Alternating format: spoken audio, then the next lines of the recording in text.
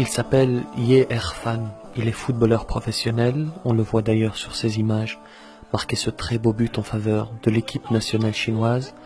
Il est de confession musulmane et aujourd'hui, curieusement, il a disparu. Il y a quelques mois, j'ai eu l'honneur de produire l'une des vidéos les plus importantes de ma vie à propos du massacre des Rohingyas. Aujourd'hui, cette intervention revêt le même degré d'importance, il me semble, vous allez le voir. Je veux qu'après le visionnage de cette vidéo, vous sachiez exactement ce qu'il se passe en Chine avec ces camps de détention pour musulmans. Oui, j'ai bien dit, vous avez bien entendu, ces camps de détention pour musulmans. Aussi, je vous demanderai d'être au rendez-vous de la même manière et de partager cette vidéo le plus largement possible. C'est le moins que l'on puisse faire, se renseigner précisément sur ces événements et sur ces détentions, vous allez le voir, arbitraires. C'est incroyable, on les force même à manger du porc et à boire de l'alcool. Et lorsque l'on entend les raisons invoquées pour l'arrestation, l'on a du mal à y croire, c'est assez risible, c'est assez lunaire. Par exemple, celui qui a une barbe anormalement longue est arrêté, celle qui porte le voile, la personne qui va réciter le Coran, le fait d'appeler son enfant Mohammed par exemple, le fait de ne pas boire d'alcool, de ne pas fumer, le fait de ne pas écouter la radio d'État.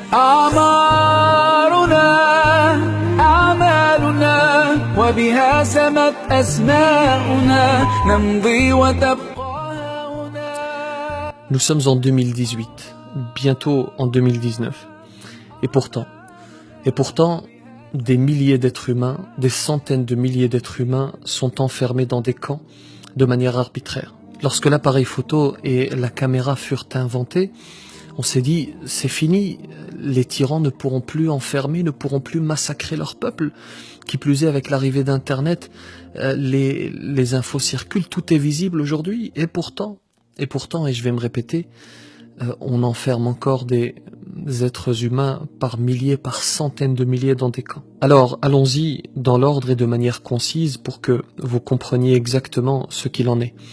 Il y a en Chine une majorité ethnique, que l'on appelle les Han, qui représente environ 92% de la population.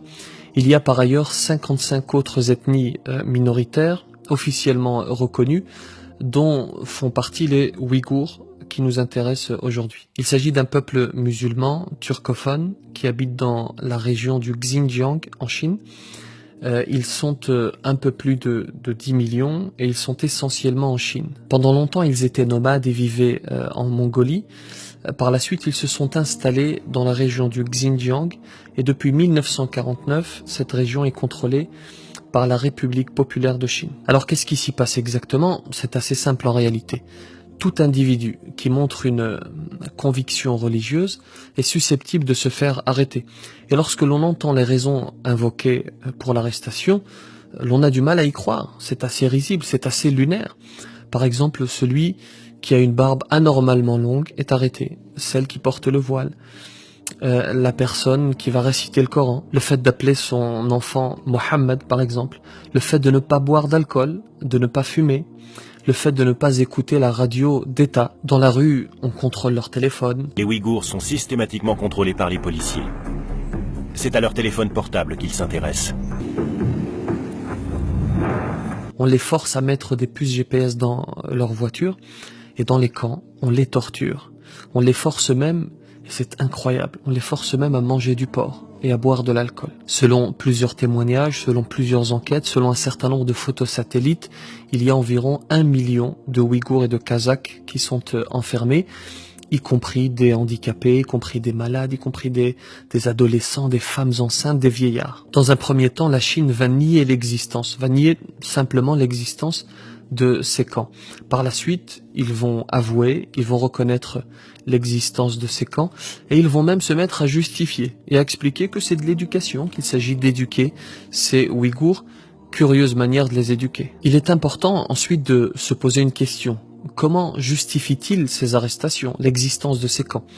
Eh bien, sachez que des Ouïghours, et je précise bien les choses, des Ouïghours ont commis un certain nombre d'attentats. Personne ne reprochera à la Chine de lutter contre le terrorisme, bien entendu.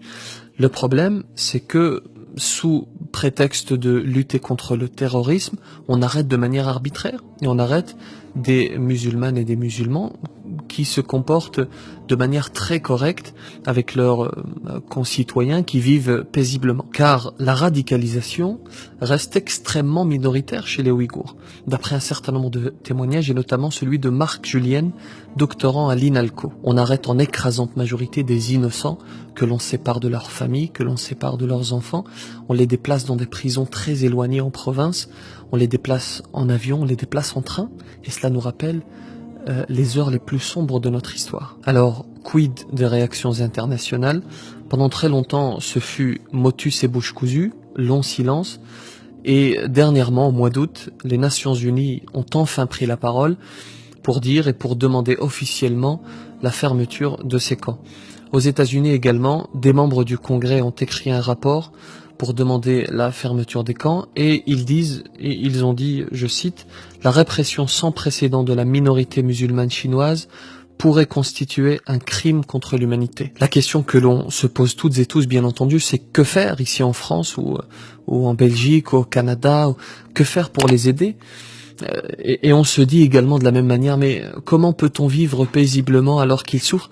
Et on le rappelle à chaque fois qu'il y a une catastrophe dans le monde, ce n'est pas parce qu'il y a une catastrophe quelque part qu'il faut arrêter de vivre. Par contre, il faut se mobiliser en leur faveur parce que c'est notre responsabilité. Nous, d'abord en tant qu'être humain, je ne peux vivre tranquillement sans rien faire alors qu'un être humain souffre dans le monde. Et en tant que musulman également, c'est une responsabilité du point de vue religieux. Je serai questionné par le Créateur si je suis musulman parce que cette vidéo s'adresse à toutes et tous, indépendamment des croyances et des religions. Pour celles et ceux qui sont musulmans et qui la regardent, je serai questionné par le Créateur sur mon action. Qu'est-ce que j'ai fait en leur faveur?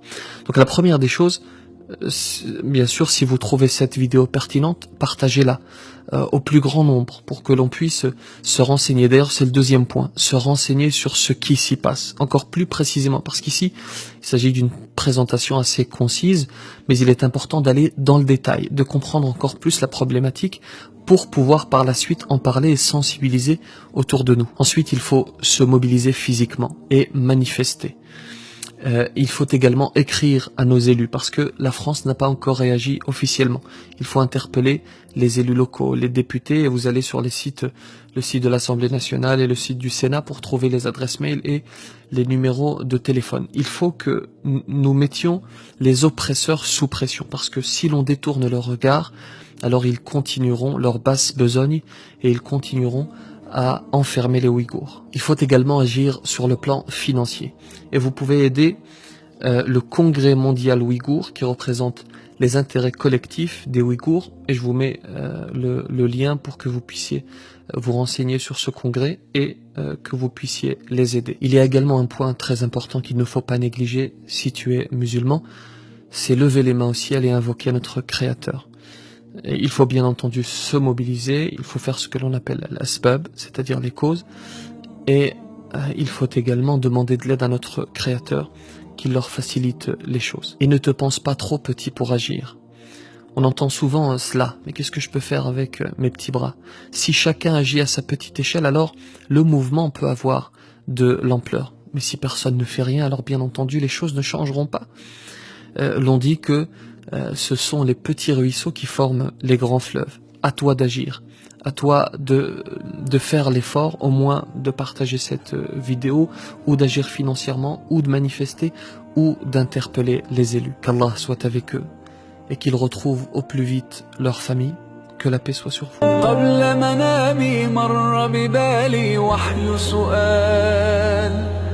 لو أن لعمري ميزانا ما المكيال